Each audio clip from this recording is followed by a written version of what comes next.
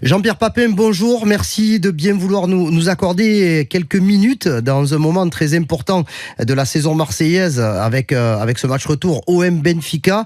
OM Benfica, c'est bien entendu une affiche qui doit raviver beaucoup de souvenirs, des bons et des moins bons. Qu'est-ce qui reste de cette double confrontation 34 ans plus tard? Qu'est-ce qui reste aujourd'hui? Il reste beaucoup de frustration parce que on sait tous pertinemment qu'on est passé à côté d'une finale de Coupe d'Europe. Et ça, quelque part, c'est dur à accepter. Après, il faut vivre avec son temps. Avec son temps, il n'y avait pas de VAR. L'arbitre de touche ne pouvait pas intervenir pour signaler à l'arbitre du centre qu'il y avait quelque chose. Et puis surtout, moi, ce qui me frustre encore plus, et surtout aujourd'hui, c'est que Vata ait jamais accepté de dire qu'il avait mis la main. Quand on le voit à la télé, on voit que ça. Mais lui, pour lui, il n'a pas mis la main. Donc, je ne sais pas ce qu'il a mis, mais nous, on a l'impression qu'on l'a inventé. On parle beaucoup de ce match du 18 avril. On en oublierait presque le match aller, le 4 avril, au Vélodrome, où l'Olympique de Marseille avait sorti une partition quasi parfaite. Il ne manquait qu'un écart de but que vous auriez dû pouvoir mettre à profit parce que vous aviez été très supérieur à Benfica. Oui, ce jour-là, on avait fait un match XXL avec tous nos attaquants qui avaient été vraiment exceptionnels, que ce soit Enzo, que ce soit Chris, que ce soit moi. Si je me souviens bien, il y a 2 tirs sur le poteau malgré les 2 buts. Il y a Enzo qui 2-3 fois arrive devant le gardien et il y a Carlos même à la fin qui touche et le gardien et le poteau. C'est vrai qu'on avait fait une grosse partition, un gros match. On était très confiants pour le match retour. Et puis voilà. Après, on sait comment l'histoire s'est terminée et c'est dommage pour nous. Mais bon, ce jour-là, je pense on aurait dû se mettre à l'abri définitivement au Vélodrome. Le Vélodrome, c'est une arme, hein. C'est une arme avec ses 66 000 spectateurs aujourd'hui. Alors à l'époque, le Vélodrome était dans une configuration un petit peu plus restreinte, mais on a quand même l'impression que dans ce stade, tout est possible pour l'Olympique de Marseille. On l'avait vécu également en 2018 avec le quart de finale retour contre Leipzig. Il y a, je dirais, une ambiance, il y a quelque chose qui laisse aussi espérer par rapport à... Il y a pas que le résultat du match aller qui nous laisse espérer. Il y a surtout, je dirais presque, cette ambiance marseillaise.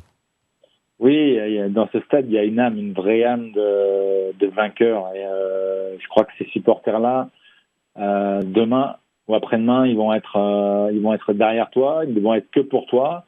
Et voilà, il faut s'en servir. Moi, je trouve qu'on s'en sert pas assez, mais voilà. Quand tu as la chance d'avoir 66 000 fans derrière toi qui ne pensent qu'à une chose, c'est te voir gagner, il faut vraiment les faire participer au maximum aux ébats même. Jean-Pierre, sans rentrer trop dans les considérations stratégiques, tactiques, quand on a perdu un quart de finale aller 2-1, que le but à l'extérieur n'a plus la même valeur que par le passé, qu'est-ce qu'il faut faire pour essayer de se qualifier tout simplement contre Benfica? Déjà, il faut jouer comme on sait le faire, sans se poser de questions. Moi, je dirais que même il n'y a que le cœur qui va être important là. Je veux dire, tout donner pendant 90 minutes, sachant que derrière, il peut s'ouvrir une page assez exceptionnelle. Pas se retenir, voilà, pas se retenir, donner 90 minutes et puis espérer qu'on va trouver la faille très vite. Parce que je pense, quand j'ai vu le match aller, je pense que c'est possible. Ben, c'est tout ce que l'on espère. Je terminerai juste par une petite question, mi-félicitation par rapport au parcours de l'équipe réserve de l'Olympique de Marseille qui va très très bien. On a l'impression que cette équipe est quasi inarrêtable. Alors peut-être pas, mais que l'amalgame entre le nouveau staff avec les joueurs, c'est bien réalisé là.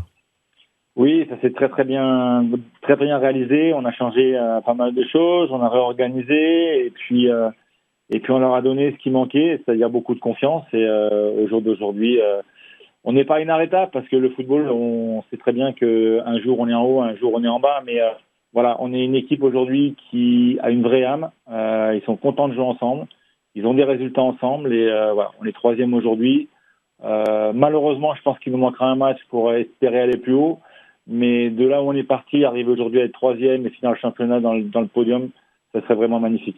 Merci beaucoup Jean-Pierre Papin, bonne fin de saison avec la N3 Merci et bon beaucoup. match jeudi soir à 21h au Vélodrome dans le volcan du Vélodrome. On croise tous les doigts et on espère une qualif de l'OM.